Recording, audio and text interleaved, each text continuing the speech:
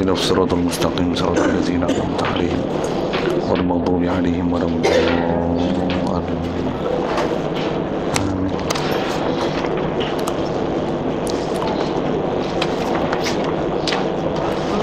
بسم الله الرحمن الرحيم.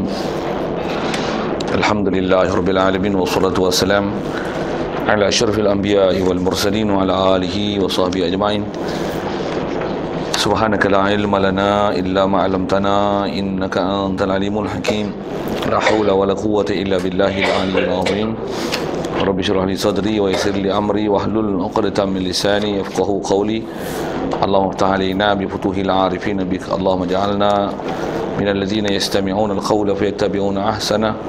اللهم علمنا مما جهلنا وانفعنا بما علمتنا وزدنا علما نافعا يا رب العالمين.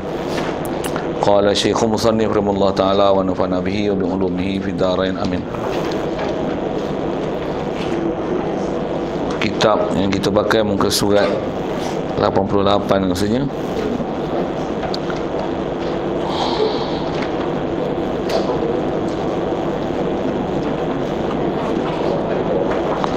وفي الشعر الذي ذكره الخليل ابن أحمد رحمهما الله فوائد وفي فوائد كثيرة. قيل العلم من شرطه لمن خدمه أن يجعل الناس كلهم خدمه. التأمل في دقائق العلوم وأثاره. Hadirin sekalian, pertama sekali syukur kita pada Allah Ta'ala masih lagi diberikan kelangsungan hayat pada kita. Alhamdulillah, syukur kita Allah Ta'ala berikan kita dan jadikan kita menjadi sebahagian daripada umat Nabi SAW. Alhamdulillah, diberikan kita dalam keadaan nak taat perintah dia, tinggalkan larangan dia. Alhamdulillah, diberikan kita keupayaan untuk boleh hadir pagi ini untuk kita meneruskan program kuliah duha kita, bacaan daripada kitab Ta'limul Muta'alim. Alhamdulillah. Dan insya-Allah kita nak sambung ni muka surat 88.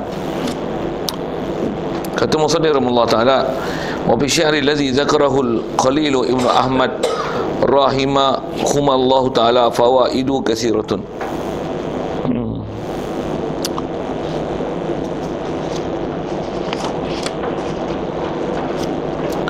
Apa yang kita nak sambung ni sekalian, kalau ikut masih dalam babnya, asal tajuk besar dia mengenai bagaimana kaedah untuk mendapatkan memulakan dapat sabak, maksudnya subjek pelajaran, nak kena belajar, nak kena hafal qadah banyak mana, tertib dia, dan bila dah dapat nak kena muzakarah, munazarah, mutarahah, musyawarah. Itu asal perkara-perkara yang telah kita bincang dulu. Dan antara yang lain yang terdekat kita bicara adalah bila kita muzakarah ni, bila kita muzakarah maksudnya kita akan bersahabat, kita akan berkawan. Dengan berkawan ini tabiat yang ada pada kita, dia akan mencuri. Tu ada beberapa kata-kata hikmah yang disebut, yang kita dah bicara lepas. Dan akhlak yang ada pada seseorang, dia boleh melampaui dan mempengaruhi orang. Dan dengan berjiran ni dia boleh memberi bekas. Satu kita duduk dalam satu majlis, tengok majlis kita, kalau majlis kita kawan kita baik-baik, kawan kita jenis nak ilmu, nak taat, nak patuh, dan sembang dia pun sembang dia takwa, akhirat, Allah Ta'ala, Rasul, hukum hakam, nak jadi takwa macam mana. Semua majlis yang kita hadiri, kalau ini adalah tabiat dia dan inilah akhlak orang yang berada dalam majlis kita dan berkawan dan berdamping orang macam ni, semua ni akan memberi kesan kepada siapa yang menduduki kumpulan itu. Jadi yang ni ialah sampingan ni dah sebut. Setelah disebut tentang pelajaran yang sepatutnya kita nak ambil, nak kena hafal, nak kena muzakarah. Dan bila muzakarah tak dapat tidak mesti bercampur dengan orang dan berkawan. Bila berkawan ni, akhlak kawan-kawan kita yang kita duk berkawan, begitu juga dengan berjiran dengan dia dan tabiat yang ada pada dia, akan sikit sebanyak mempengaruhi kita. Kalau nisbah kita duk belajar ni, antaranya guru. Paling besar kita, pengaruh kita dalam proses pembelajaran ni, guru. Bagaimana sifat guru, itulah juga nanti akan berlaku pada murid. Satu, bila sahabat Nabi SAW, guru dia siapa? Rasulullah.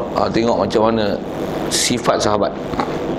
Kata kalau kita sebut Tok Guru pondok, bila orang pondok belajar dengan Tok Guru pondok, macam mana rupa anak murid Tok Guru pondok? Serban. Kan?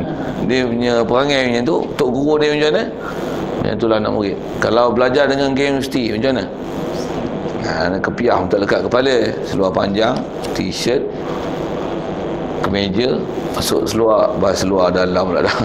Baju masuk dalam, kata dia pinggang, rambut kemas, kepiah tak lekat, ada pakai songkok pun macam-macam. Macam mana akhlak peribadi, tingkah laku, gaya percakapan, corak pemikiran, siapa guru dia, begitulah anak murid. Begitu juga kalau nisbah kita berkawan, berkumpul, berjiran, siapa yang kerap kita berkumpul, berkawan, berjiran, itulah kesan yang kita akan dapat. Kalau dia baik, akan terkesan dan terlekat pada kita nisbah guru, begitu juga kawan, jiran, kumpulan muzakarah, sama lah. Baik, kata dia wafi syairi. Jadi yang terdekat kita bicara tu, oleh ikut dia nak masih nak bicara tentang beberapa perkara yang bila sebut ilmu, antaranya proses muzakarah, mujadalah, berdebat apa dan sebagainya. Ada beberapa perkara yang dia sebut. Antara perkara yang seterusnya kita nak bicara ni, yang kalau faham dia nak sebut, ialah kena pelihara sikit percakapan.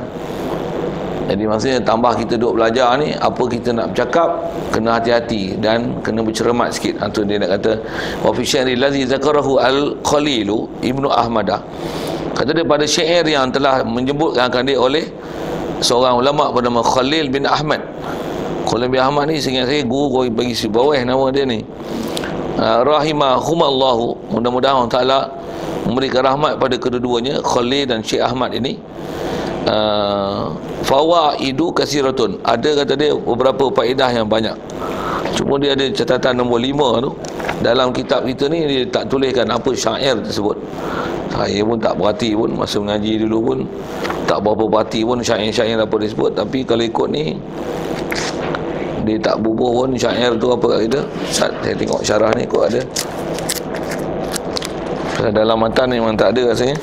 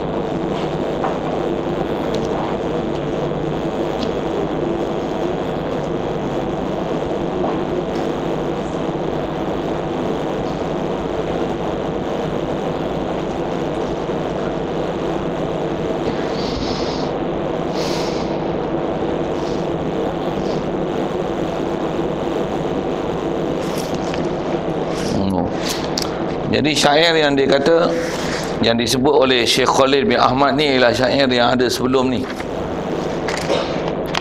Syair yang panjang, muka surat 86. Yang dia kata akhdumul ilma khidmatal mustafidi. Masuk syair tu. Jadi nak tengok dia kata ada beberapa faedah yang banyak. Simak boleh lah, saya tak ulang. Jadi masuk kata syair yang disebut oleh Khalil bin Ahmad ala syair ni. Tu dia sebut ansyadana, muka surat 86 tu. Ansyadana asy-syaikhu, yang ada tulisan tebal tu, itulah syair yang dibicara. Asy-syaikhu Imam Ajal Qiwamuddin Hamad bin Ibrahim Ibnu Ismail As-Safari Al-Ansari rahimahumullahu, dia ansyada imla'an lil Qadi Khalil bin Ahmad. Ada itu. Khalil bin Ahmad tu. Jadi syair yang pengarang ni sebut, yang syair tu disebutkan untuk Khalil bin Ahmad ni, kata dia ada manfaat yang banyak. Jadi disebut macam-macam lah. Itu antaranya disebut masalah berilmu, nak ada khidmat, mengulang pelajaran, dan akibat daripada menyembunyikan ilmu. Banyak perkara tu semak balik lah. Saya tak cadang nak ulang saja, nak sambung terus apa yang kita nak bicara lah, insyaAllah. Baik, qilah yang ni masih lagi nak menyambung tentang beberapa perkara yang kita kena perhati dalam proses kita nak dapat ilmu. Setelah kita ambil pelajaran kita, mengulang apa dan sebagainya, lepas tu ada muzakarah apa, yang ni kena perhati sikit.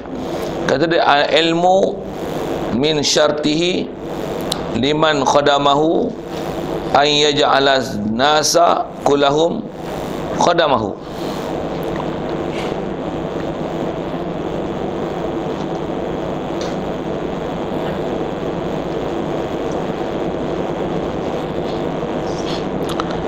Asal terjemah tu, al-ilmu min syartihi, ilmu ni min syartihi, sebahagian daripada syarat ilmu, liman khadamahu, bagi sesiapa yang khidmatkan akan ilmu. Maksudnya siapa yang pergi tuntut ilmu, pergi cari ilmu, antara syarat ilmu ni ialah an yaj'alan nasa kullahum khadamahu, bahawa an yaj'ala, ilmu ni dia akan menjadikan nasa, semua manusia. Ilmu dengan sebab ta'alluq ilmu, pertambatan ilmu, perkaitan ilmu, ilmu akan menjadikan manusia kullahum, sekalian ilmu ni khadamahu, khadamnya khadam ilmu. Boleh faham? Rumit sikit tak? Tak faham? Saya faham lah, cuma saya nak tanya orang yang faham tak faham. Tak terjemah kita apa.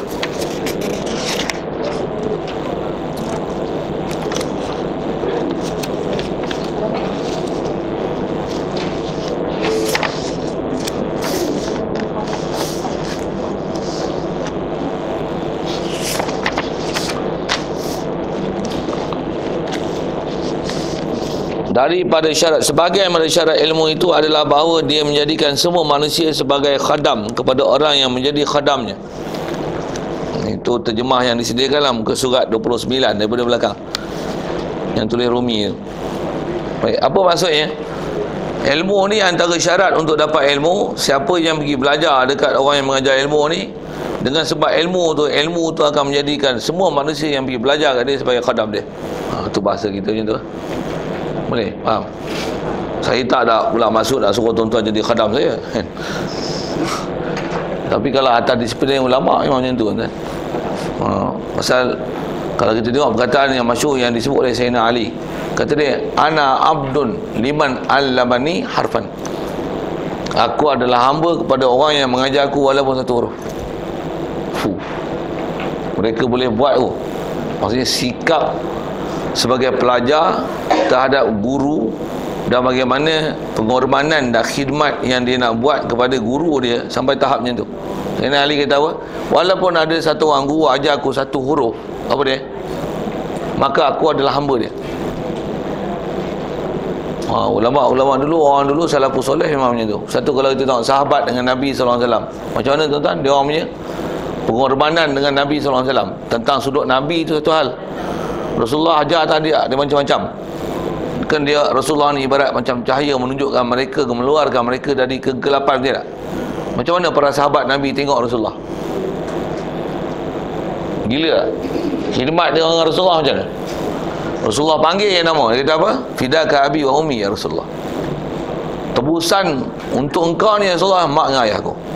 Sehingga mak ayah kita dengan nak jaga Rasulullah macam mana? Jaga Rasulullah tu lebih dia boleh mak ayah kita. Kalau mak ayah kita pun kita khidmat tak? Tolong basuh pinggan tak? Tolong basuh baju tak? Kan tak basuh pun, yang basuh ni anak perempuannya, anak jantan mampu tak basuh. Tak adalah usik-usik itu. Saya pun kat rumah tak ada pun, mak nak basuh pun mak tak bagi. Mak tak bagi. Sikit macam tu lah kan. Macam mana pun kita dengan mak ayah dia macam tu, dengan guru macam mana?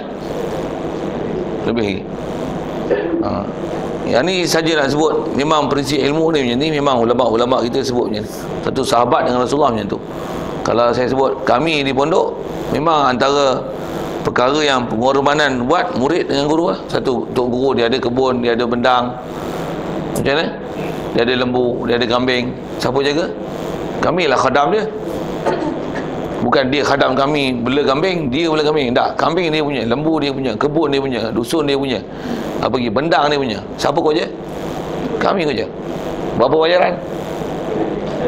Tak ada. Balasan dia lah, dia ajar kami, tunjuk kami jalan kebenaran, tunjuk kami sampai ke Allah Ta'ala, tunjuk kami apa yang hak dan batil. Itu. Jadi bila dia tunjuk macam tu kat kita, apa kita buat? Hamba dia tak? Istilahnya kita mesti ikut kehendak dia. Dan memang dia pun nak bawa kehendak dia ialah nak bawa kita ke Allah Ta'ala.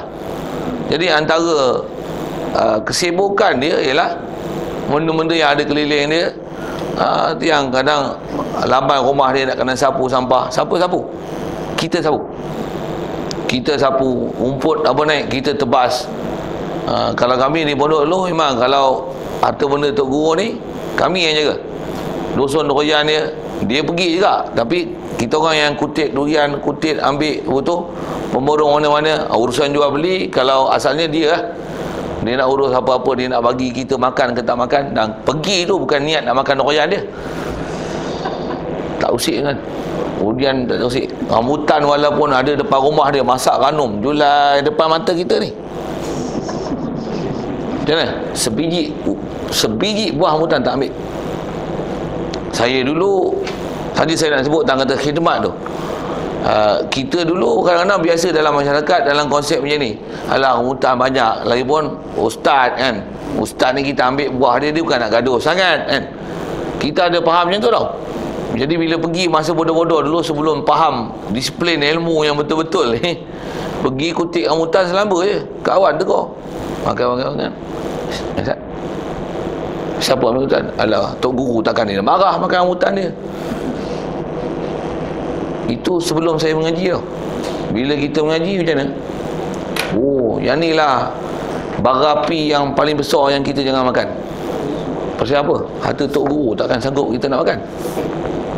Kalau dia tak bagi, jangan ambil. Lagi besar pantang dia. Pasal apa? Tok guru, alim ulama, harta benda yang dia punya, lagi besar kita nak makan, dan lagi bahaya kita makan yang hak dia punya tanpa daripada izin dia, daripada kita makan harta orang lain. Pasal alim ulama, tambah pula kita nak kata dia, nak rompak dia, nak kutuk dia, daging ulama beracun tu. Yang tu perkataan ulama-ulama dulu. Apa maksud daging ulama ni beracun? Kau jangan nak kata dia, nak kutuk dia. No, bahaya. Silap makan dalam tu. Yang tu kot bahasa dia.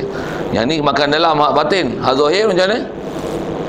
Sejak kena ayat macam tu, macam mana? Tak usik lah buah teguh. Lepas tu kami duduk pondok, kalau orang budak-budak tak faham, memang dikait buah dia makan selamba je. Kalau faham macam mana? Kalau nak makan pun, yang memang dalam fiqh ada bicara, dalam hadis ada yang memang macam ni. Tok guru pun macam ni lah budi bicara dia apa. Buah yang jatuh ambil. Kalau kita belajar bab hadis, saya pun masa saya mula-mula ngaji dulu, dah kena tegur total. Mengaji pula dalam Habis Daud rasanya. Pernah Rasulullah, dia tengok dia lalu dalam satu di Madinah pada masa itu, dia tengok budak-budak duk baling buah kurma. Rasul kata apa? Ya gulam, la tarmi nahla. Wahai budak, jangan lontar, jangan baling buah kurma duk atas pokok tu. Kata dia, kul ma saqata. Rasul kata apa? Makan apa yang jatuh. Jatuh ni biasanya memang tuan pokok, tak ada masalah. Jadi kalau ada buah manggis apa-apa macam ni, jangan hak petik atau gantung. Pasal yang tu masih istilah atas pokok. Yang bawah, kadang babi makan, kambing makan, tok guru marah tak? Orang marah tak? Tak, kita tahap tu Pasal yang tu memang dia tak marah. Tapi durian tak boleh. Bagus soalan tu. Saya memang nak cakap biar ada orang lebih pantas daripada saya. Durian ni tak. Durian hak bawah pun tak boleh makan. Pasal apa? Memang nak makan ni kena tunggu jatuh bawah dulu kan. Atas pokok memang tak makan, semua mangkuk lagi. Jatuh tu. Jadi manggis boleh buat faham tu. Tapi durian tak boleh. Durian walaupun jatuh, dan memang tertib pondok ni pasal pokok durian banyak. Zaman saya mula masuk, pokok durian pun besar-besar lagi, dah masih istilahnya segar, mekar, berbuah. Dia ada gilir budak pondok. Budak pondok gilir malam Jumaat lah. Malam Jumaat dan siangnya. Masa tu part-partnya part-partnya, faham kan? Siapa dapat dia punya kan. Kau nak tunggu berjaga malam ke apa, malam Jumaat punya pasal. Tapi hari lain dia ada gilir masing-masing tuan tanahnya. Pasal tanah pondok tak wakaf. Pondok saya duduk ni lah, dia tak wakaf. Jadi asal nak sebut ialah durian ni macam mana? Durian ni jatuh, kita tolong kutip atur, nanti siapa gilir yang tu ambil lah. Kalau hari Jumaat dan malamnya saja. Dan hukum tu valid sampai sekarang. Satu kami kalau dulu musim durian, siapa yang memang kaki lapar durian ni, tunggulah.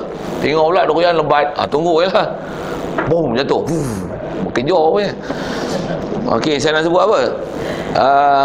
Harta Tok Guru antara pantang besar untuk dimakan. Satu saya pun dulu masa mula khidmat pergi kebun durian, kita pun pergi kebun durian Tok Guru. Ingat? Okey lah, boleh makan. Tengok seorang tak makan, kita bukan tak berani. Dah kena tegur makan hutan tu, macam mana?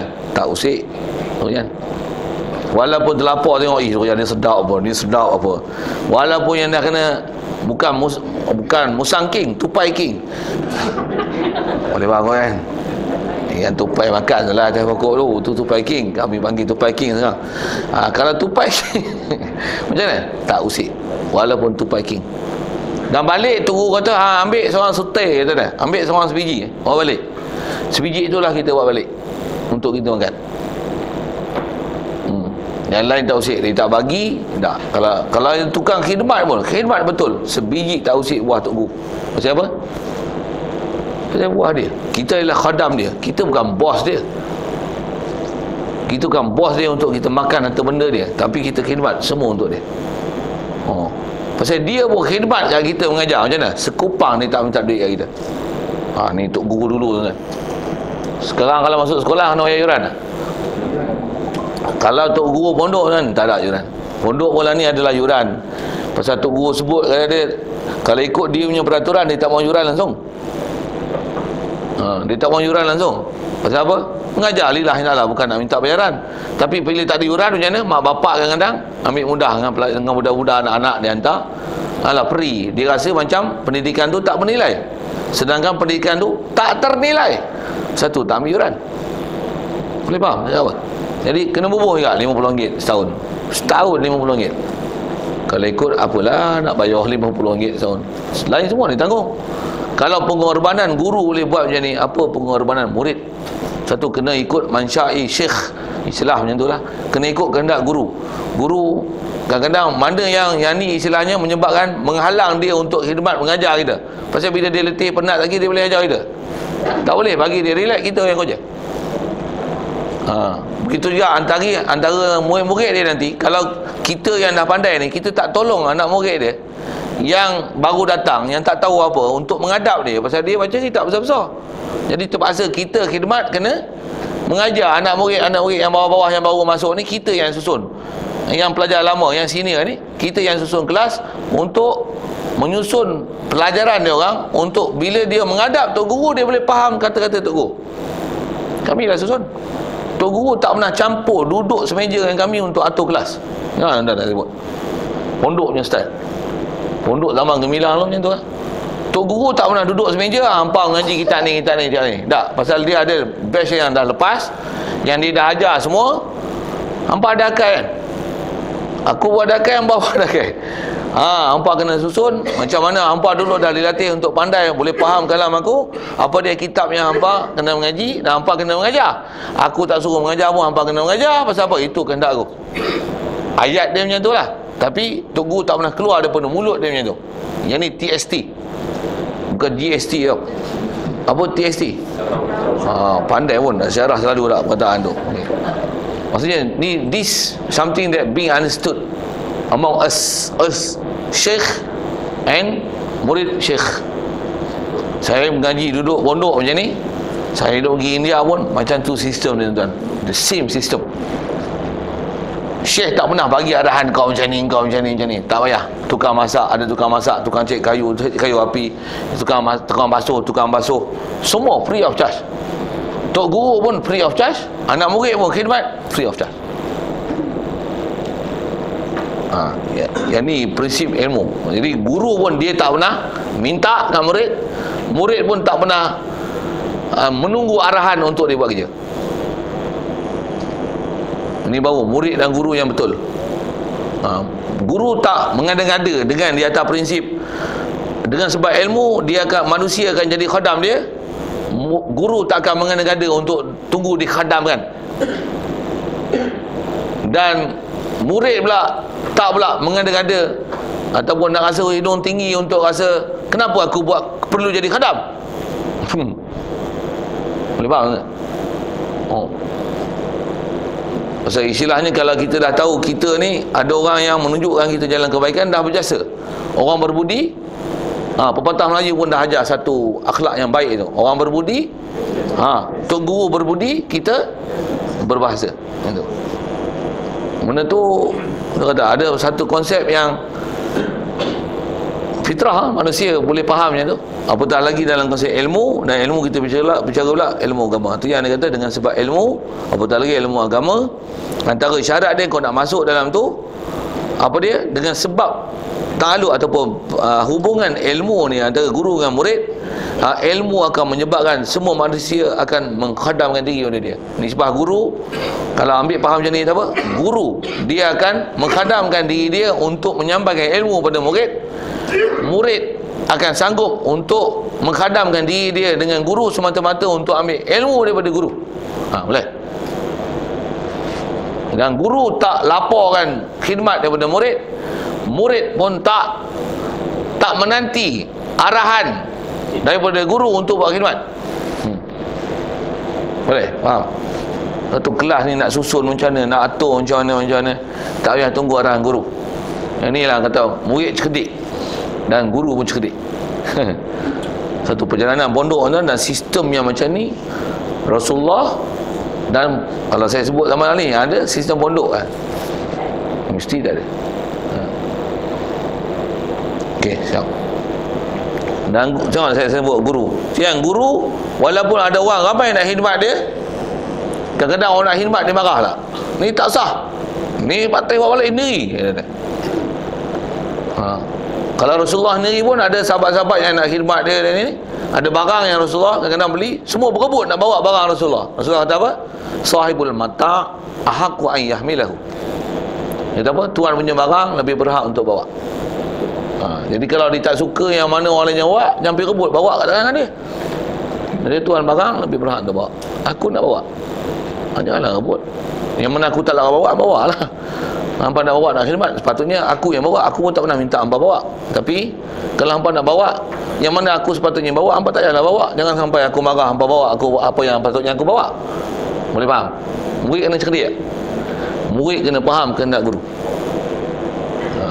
Dan guru pun memang tak pernah terlapar nak minta khidmat murid. Tapi nak khidmat, terima kasih. Ini prinsip dengan ilmu macam ni. Perjalanan ilmu dengan sistem macam ni, dengan kita baca taklim ni kan, dah diamalkan beribu tahun. Nisbah amalan ni ambil mana ni? Sanad dan peramalan macam ni, pengamalan macam ni sejak zaman Nabi SAW lagi. Macam ni lah proses dia, proses ilmu. Kalau ilmu betul-betul dengan kita belajar kitab kan macam ni. Sikit saya soal, mesti ada macam ni? Mesti. Tak ada. Satu jadi macam tu. Barai habis. Barai. Itu. Nak datang Mayuram mesti bagi duit. Tengok lah aku PhD. Ni hutang aku pun kat loan kerjaan banyak lagi kena bayar Ni peri ke bayar. Aku belajar dulu pun bayar. Takkan aku nak bagi hampa peri. Kena bayar juga tak? Bayar. Hampa pun ada kereta motor, takkan tak boleh bagi duit kat aku. Bayar. Minta. Hutang lah. Hutang. Agak-agak tak boleh bayar macam mana? Berhenti. Jangan ngaji sini, pergi ngaji tempat lain. Nak ambil murah pergi belajar kat pondok tu. Kat aku mesti bayar. Minta. Kalau tak bayar dia bagi lah masuk belajar. Yuran mana? Yuran. Pondok macam mana? Walaupun ada yuran tak bayar 10 tahun mengaji tuan. RM50 setahun je pun. Macam mana? Bukan maksud yuran. Hampa macam mana? Boleh berubah lah. Dulu gajah, rimau, singa Sekarang kura-kura kan. Dia saja sebut unsur-unsur haiwan tu untuk menunjukkan perubahan peribadi kan. Boleh taat, patuh, tak cakap banyak, boleh jadi baik. Pasal matlamat, kalau pengajian pondok itu satu, bukan matlamat dia sijil apa tak. Di samping tu pandai tak jaga lembu, pandai tak buat bendang, boleh menebang rumput. Semua kemahiran hidup diajar, tak payah buat subjek kemahiran hidup, memang ada. Pondok repair sendiri, gaji boleh, masak boleh. Saya antara keluaran pondok kan, masak saya boleh masak. Dah masak berapa orang? Boleh becek lah. Masak boleh, tukang boleh, mimen boleh. Tapi mimen saya tak lawa, tapi kayu saya punya. Nak apa? Ngaji boleh, mengajar boleh, Quran boleh, PK boleh, tauhid boleh, tasawuf boleh, hadis boleh, Quran boleh. Pasal apa? Pasal kami memang dilatih tu. Basuh boleh, pakai tangan bukan ada pakai mesin, kan? Boleh tu.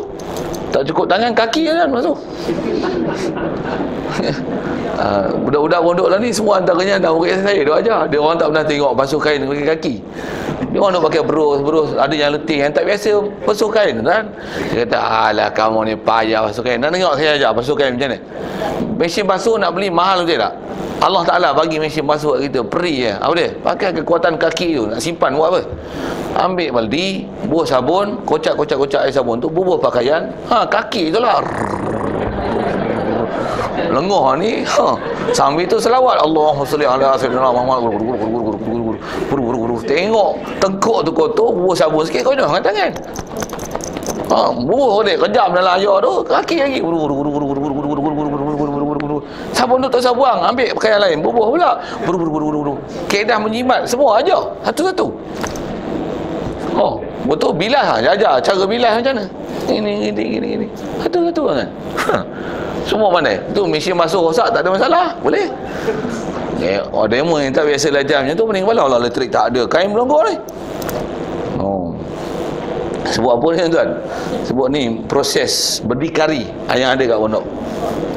Tu budak pondok ni dia semua boleh, biasanya gitulah. Itu pondok zaman saya lah. Zaman sekarang ni dia lain sikit lah, macam-macam lah. Tapi masih nak banding dengan sekolah kebangsaan, ada lagi lah bagusnya kan. Sedap buang kat diri tu. Nak pergi tengok sendiri nah. Sembang lebih-lebih apa. Cuma Tok Guru dah tak ada dah. Tu je. Yang ada ni itulah mana-mana yang guru-guru yang masih tinggal itu je. Tok Guru betul. The main Tok Guru ni tak ada. Syekh Kabir ni tak ada. Orang lain semua tak berani mengaku Tok Guru. Siapa nak mengaku jadi Tok Guru kan? Mana ada pondok. Ngajar je lah. Siapa Tok Guru? Mana ada Tok Guru? Itu urus macam mana? Kami urus macam mana sistem dulu Tok Guru punya. Yang tu kan?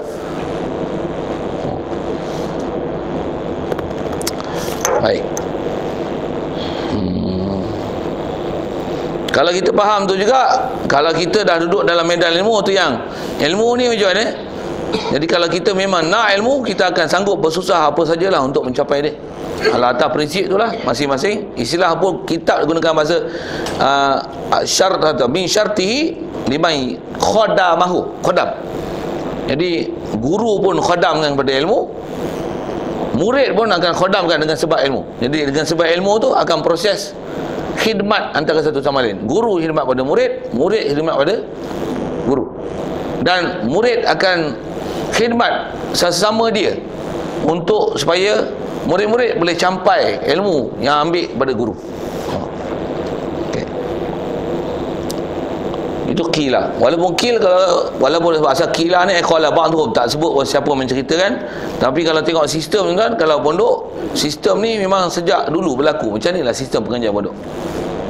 Kalau tuan-tuan nak tengok pondok yang masih ramai, istilah pondok ni Malaysia ni dah tak banyak mana tuan. Tuan-tuan nak pergi tengok Indonesia masih banyak ni. Ada dia panggil pesantren apa lah kan. Tuan-tuan boleh tengok pesantren yang santri-santrinya hampir puluhan ribu. Kalau di baru ni siapa? Pondok apa tu? Temboro. Santrinya ada 13,000 santri. 13,000 mah. Bagaimana urusan 13,000 pelajar? Tapi ada yuran juga lagi lah. Ada yuran lah.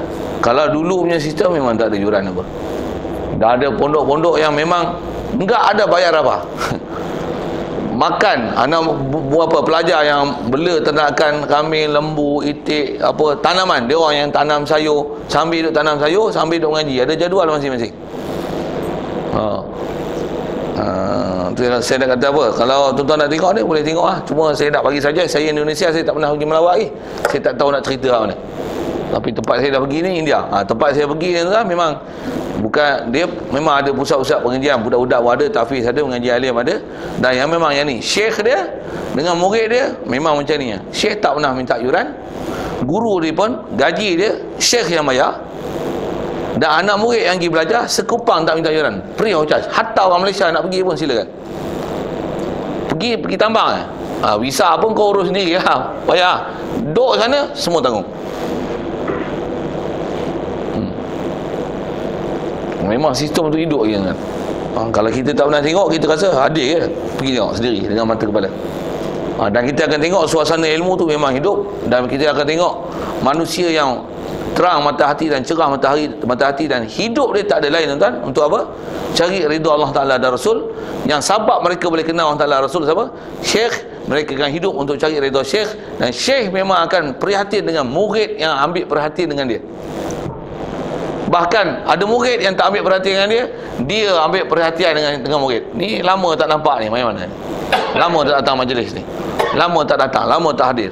Sampai anak murid ni semua Syekh ada dalam kepala, walaupun tak tahu nama. Dia kata, ni yang datang itu seorang lagi tu mana, sekarang ni macam mana, perkembangan semua Syekh ambil tahu.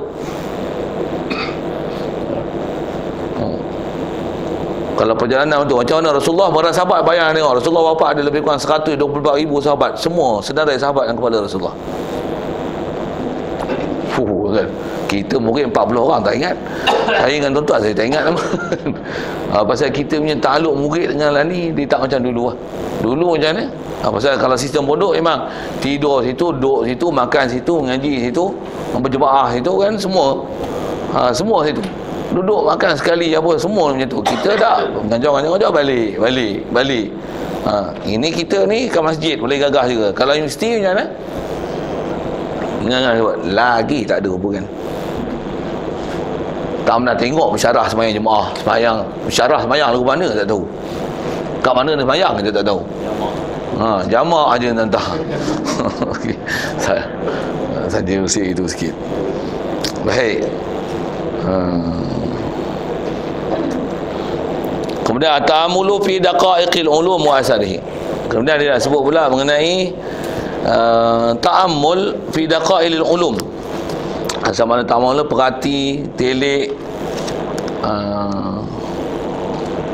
Tu asal bahasa.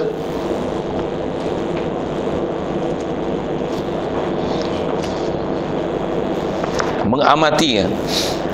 Tajuk mengamati pada daqailil ulum wa asari, pada ilmu, kehalusan ilmu, maksudnya ilmu-ilmu yang halus, wa asari, dan kesan dia.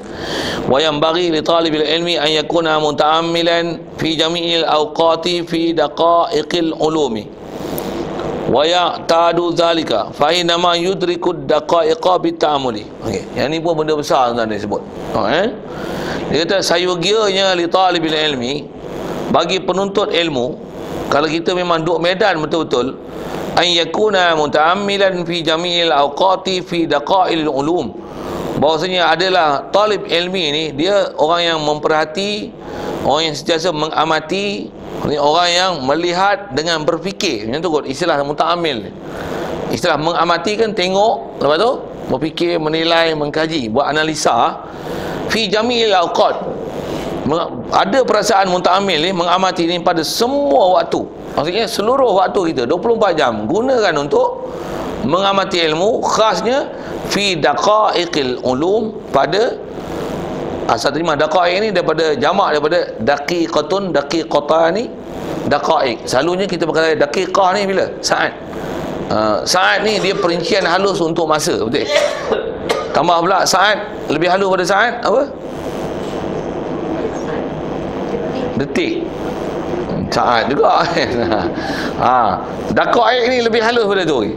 Jadi kalau nisbah masa kena ada kehalusan macam tu, ilmu pun dia ada kehalusannya. Kalau saya sebut misalnya fi'il mesti fa'il. Contoh, ini saya sebut nahu. Bila dah dapat sepil ni macam mana?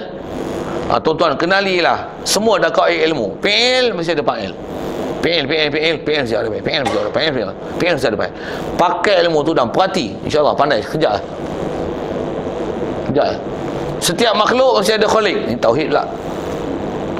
Setiap khaliq mesti sempurna, dia kamil. Bila kamil ada sifat kamalat.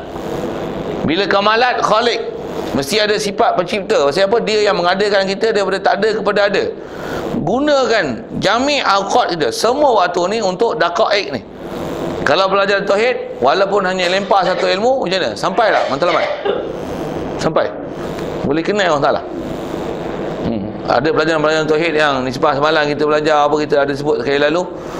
Kita kadang dapat asas saja. Macam mana pun bila kita menjadi mutamil, orang yang mengamati, orang yang merenung, orang yang fikir, apatah lagi dalam bab tauhid, boleh sampai kenal orang Taala lah. Memang kenal. Ini masalah kita apa? Manja. Apa maksud manja? Syarah lagi boleh tak? Kena apa? Bukan breastfeeding. Spoon food. Spoon food. Macam tu kan? Spoon food betul. Spoon feed. Spoon feed. Fat. Spoon fat. Maksudnya kena spoon feed, spoon food, spoon fat. Bobok lah. Bahasa Inggeris saya pakai je. Ambil copy and paste je kan. Malas nak menilai. Pasal saya tak ambil daqaik kat situ kan. Tapi nak tunggu bagi sudu lah. Istilahnya kena suap lah. Bagi ayam, daging. Dia tak mau guna kepandaian yang ada pada dia untuk diberi makan lagi. Sedangkan hidangan duduk depan. Sedangkan dia boleh ambil tak? Campur-campur ni tu cerita makan tau. Ilmu sama. Allah Khaliq, Allah Malik, Allah Razik, Allah Hakim. Pakai Allahu Akbar. Al-Khaliq Akbar, Al-Malik Akbar, Al-Razik Akbar, Al-Hakim Akbar. Allah ni semua. Allah dialah Khaliq, dialah Malik, dialah Hakim, dialah Razik. Dia ni sifat dia apa? Dia semua pada dia Akbar. Kalau amati sampai. Kalau tak sampai macam mana? Jenuh sepak 10 kali. Waduh. Kena spoon food kan. Kena suap. Macam mana pun kena datang jugalah. Dah nak buat macam mana, kena suap dulu baru nak makan. Akhir je lah. Sepatutnya boleh berdikari tak? Boleh. Macam mana pun kadang-kadang malah berdikari, tak ada keupayaan lagi berdikari, masih kena bimbing lagi. Macam mana nak datanglah, tunggu mak suap juga. Macam mana? Pasal semua kepala otak macam OKU. Kena tunggu orang suap boleh makan, tak suap tak makan lagi dia. Sikit dengan bahasa-bahasa macam tu lah kan. Sepatutnya macam mana? Kena muta'amilan fi jamil awqat fi daqaiqil ulum. Satu, Rasulullah didik sahabat, menjadi tak sahabat? Kuat tak? Satu, Rasulullah wafat macam mana? Seramai-ramai sahabat tu, angka yang selalu sebut 124,000 tu, hanya beberapa orang sahabat saja yang kuburan dia, makam dia ada di Madinah. Lain semua macam mana? Cina tu, Sa'ad bin Abi Waqqas di Mesir tu. Cina tu siapa nama sahabat Nabi? Sa'ad bin Abi Waqqas ke?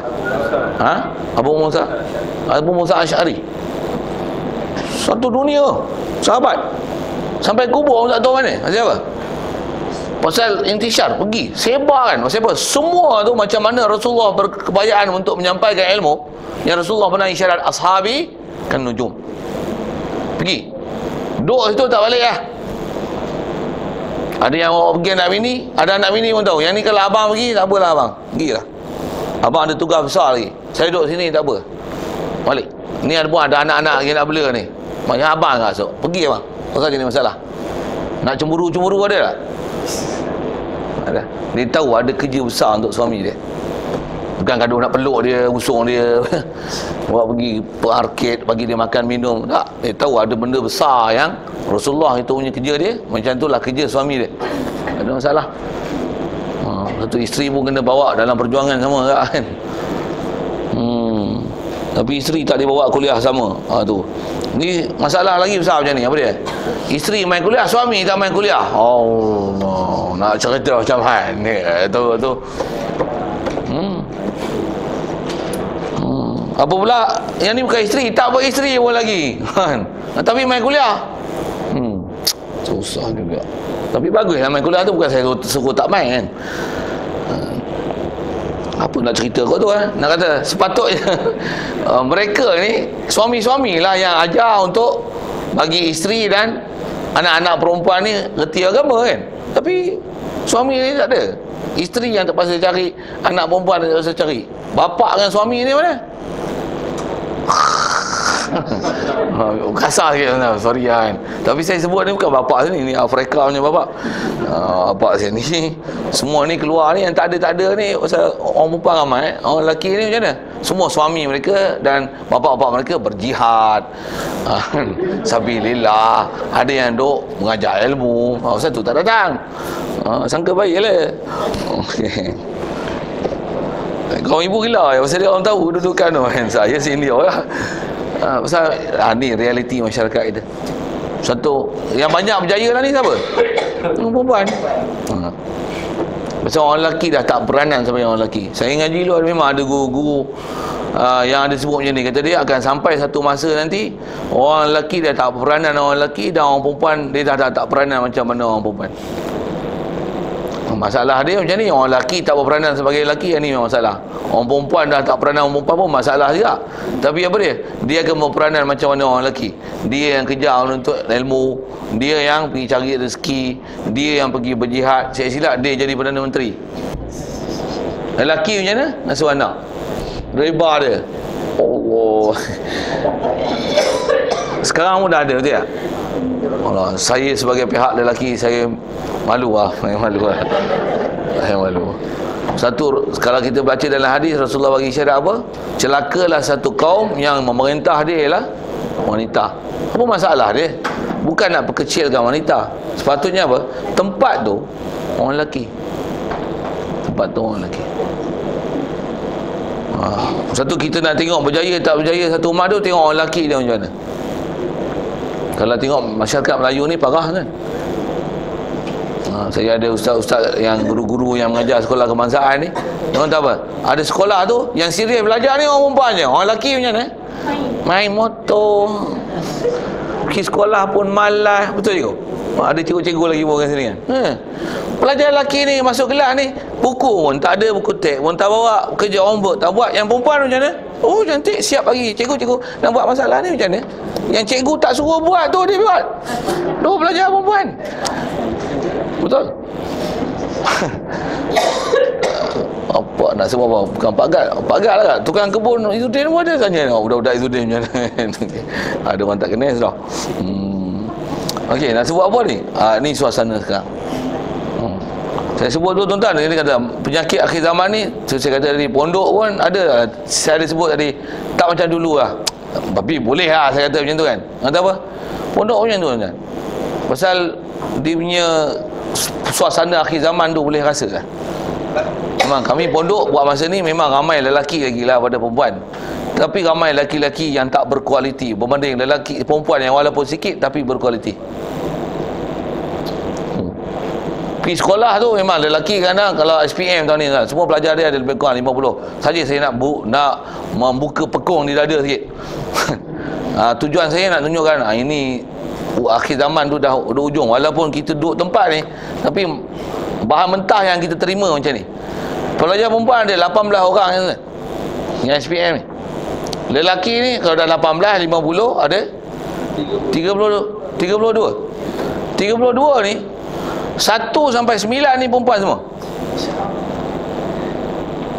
Sepatutnya dengan angka dia yang besar, dengan jantan dia ni lepas tu pondok kan, pengajian ni orang lelaki dengan perempuan, lelaki banyak lagi. Masih lagi ramai orang baca kitab, telaah kitab, kepala telaah ni ramai lagi. Perempuan ni sikit sangat mengaji. Dalam keadaan dia sikit mengaji, dengan bilangan mereka sikit, dengan perempuan pula tu dia boleh duduk top 10 depan. Berpilah angka gitu. Allah, saya malu. Kalau oral bahasa Inggeris, bahasa Melayu tu. Kalau bahasa Arab semua perempuan ni depan. Yang berani angkat tangan pun siapa? Semua budak perempuan. Putih kan tengok. Macam mana nak ubah? Kita duduk tempat untuk ubah masyarakat ni. Tapi itulah kita akan rasa cabaran itu.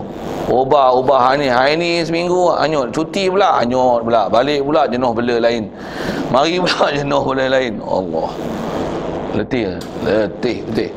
Macam mana pun letih tak letih macam mana? Kena buat kerja tak? Ini nak buat macam mana? Yang penting bukan hasil apa yang dapat, yang penting apa kita buat. Satu, yang tu yang kena faham prinsip. Baik, jadi kalau nisbah penuntut ilmu yang ni kena. Dia kena muta'ammilan fi jamil awqat. Setiap waktu sepanjang masa macam tu kot. Mesti kena perhati daqaiqul ulum. Maksudnya kena perhaluskan ilmu yang prinsip dasar dia dah dapat untuk macam mana nak perhalusi dia. Kalau nisbah tertib ilmu agama ni tuan memang ada. Cuma ilmu akademik pun kalau ikut sebenarnya dia ada, tapi dia akan dapat hasil akademik lah. Tapi kalau ilmu agama, bayang tengok orang-orang yang cerdik-cerdik MRSM, budak-budak cerdik yang pusat-pusat pengajian yang nama cerdik-cerdik ni, cuba cerdik tu main pondok agak-agak macam mana? Kalau saya seorang agak-agak akan lahir 3 tahun lagi macam mana? Kurang-kurang 300 orang pelajar macam saya macam mana? Makmur Malaysia tau. Tapi nak lahir satu pun Allah, patah kaki susah kan. Sikit lah susah tu. Kerja kena buat.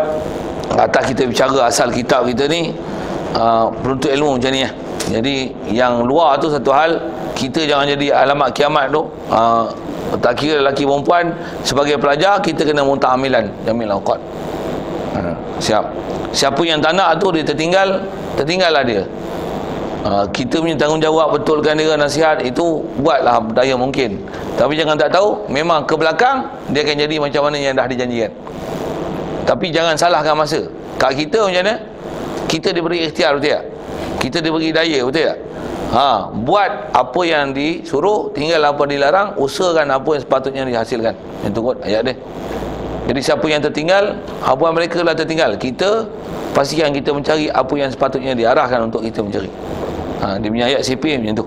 Siap. Wa ya'tadu zalika, dan hendaklah kata dia jadikan adat pada demikian itu. Maksudnya mengamati ilmu, perhati, tengok, renung. Khas kalau saya sebut ni pelajaran-pelajaran macam tauhid yang kita nak dapat sampai kita boleh rasa pada Allah Taala, kita boleh faham ke dia, sampai hidup mati kita ni ialah untuk kita buat pengorbanan pada dia. Dia memang kena ada masa duduk, perhati, renung, fikir. Memang ada sentiasa dan beradat dalam perkara ni. Barulah kita boleh membuat satu perubahan dalam kehidupan. Kalau tak buat tuan, kalau jadi spoon feed ke spoon food apa tadi, memang kena datang kuliah, kena tunggu, kena suap je lah nak buat macam ni. Dan memang satu sikap yang kena ada pada kita apa, kadang-kadang kita sendiri nak buat lemah, betul tak? Kena ada bimbingan, betul tak? Sedikit nasihat. Yang ni pun saya ngaji pun nasihat guru-guru sama juga. Apa dia? Jangan tinggal kelas, jangan tinggal majlis ilmu, jangan berpisah jauh dengan guru. Jangan hanya saya kuliah duduk dalam hati, kuliah aja duduk dalam hati, tapi badan duduk kat lain. Faham tak? Kadang-kadang kuliah tak pergi. Siapa terpaksa pergi Kenuri, pergi Tesco, beli belah. Saya ustaz, memang saya tak pergi kuliah ustaz, tapi kuliah saya sentiasa dalam hati ustaz. Kuliah dalam hati, tapi dia duduk di Tesco. Tak jadi. Dia kena jasad pun kena duduk dalam kelas, hati pun duduk dalam kelas, baru betul. Ni hati ingat kelas, tapi badan duduk tempat lain. Kalau terpaksa tinggal, tapi hati saya teringat pelajar apalah hari ni, tu lain hal lah. Ni dia kata kuliah tetap dalam hati saya, dalam hati je, jasad dia tak pernah bawa. Tu kena jaga sikit. Itu tipu daya syaitan juga tu. Baik, fa inna ma yudrikul daqaiqa bita'amuli. Kata dia hanya saja boleh mencapai kehalusan dalam ilmu ni bita'amul, dengan pengamatan. Semua ilmu anda sama. Dengan kita mengamati, kita akan dapat daqaiq ni. Saya nak guna bahasa Arab tu lah. Kita dapat benda yang halus-halus ni. Apa yang sebut? Benda yang seni. Kesenian ilmu sesuatu, dia hanya akan diperolehi dengan pengamatan, mengamati. Jadi kena ada disiplin duduk tafakur. Jadi untuk mengamati ni dia tafakur, fikir macam-macam. Dan kalau tengok isyarat, memang ulama-ulama kita sebut, kata apa? Tafakkaru sa'atin khairu min ibadati sanatin. Kita duduk dengan tafakur, dia lebih baik daripada ibadat setahun tanpa tafakur. Duduk sekejap, fikir, ke mana aku ni? Mana aku nak bawa? Apa aku nak jadi ni? Aku ni hamba Allah. Betul ke aku hamba Allah, ke hamba nafsu, ke hamba lembu, hamba duit, hamba dunia, hamba isteri, hamba anak, hamba bos? Apa? Kalau aku hamba Allah, di mana aku telah menghambakan diri kepada dia? Setakat mana aku ingat dia? Kalau kita kerja dengan bos 24 jam, dia ingat bos saja. Tambah kerja yang memang on call, tunggu je kena panggil, ingat bos saja, betul tak? Tapi kalau kita hamba Allah, adakah kita duk ingat Allah saja? Kata hamba Allah Ta'ala, tapi tak pernah ingat ke dia? Kalau dengan bos, kita buat kerja macam-macam untuk puas hatikan diri bos. Bila kita buat kerja untuk istilahnya puaskan kehendak Allah Ta'ala, di mana? Oh, kena amati, kena amati. Walihadza khila ta'ammal tudrik. Kerana ini, kerana kata tak dapatkan kehalusan ilmu melainkan dengan ada pengamatan, ada ta'ammul. Qila qala ba'du, ada sebahagian manusia dia buat satu kata-kata hikmat macam ni. Apa dia? Ta'ammal tudrik. Kamu amatilah, nescaya kamu dapat. Tu punca-punca dapat bahasa-bahasa macam ni. Kaedah dia apa? Amatilah setiap perkara, nescaya kamu akan dapat. Baik. Kemudian dia sebut tajuk at-ta'ammul qabla kalam. Dia sebut masalah mengamati sesuatu perkara qabla kalam. Khas dia sebut ni sebelum bercakap. Nak bercakap kena amati. Sebab memang orang mukmin, orang kalau memang dia beriman betul, beriman dengan Allah Ta'ala, beriman dengan hari akhirat, Rasulullah ada isyarat, dia kata apa? Man kana yu'minu billahi wal yawmil akhir falyakul khairan aw liyasmut. Ini isyarat Nabi SAW dengan apa kita nak bicara. Apa dia? Rasulullah kata, siapa beriman dengan Allah Ta'ala dan hari akhirat, kalau nak cakap, cakaplah benda baik. Aw, kalau tak boleh cakap benda baik, apa satu pilihan lagi? Diam. Apa maksud? Nak bercakap, fikir dulu. Sebagian ulama kita dia kata macam ni, nak bercakap fikir dulu. Kalau dia nilaian perak, tunggu dia sampai tahap nilaian emas.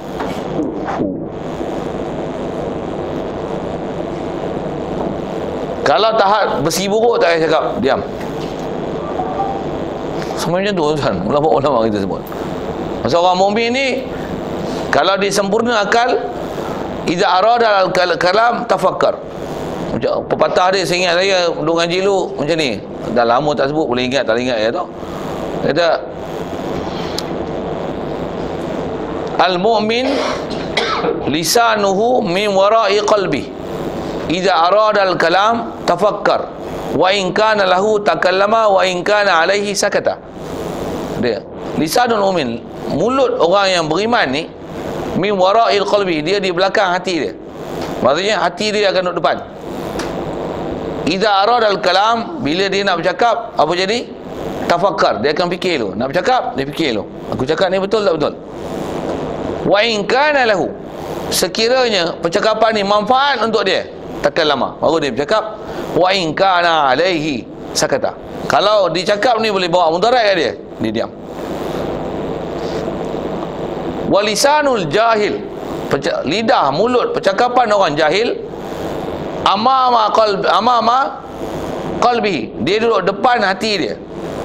Idza aradal kalam, kalau dia nak bercakap, ni orang jahil, orang tak reti ni, tak faham ni, kalau dia nak bercakap, takkan lama sawaun kana aw alaihi, kalau dia nak bercakap, dia akan cakap apa saja dia nak cakap, sama ada manfaat atas dia ataupun mudarat atas dia.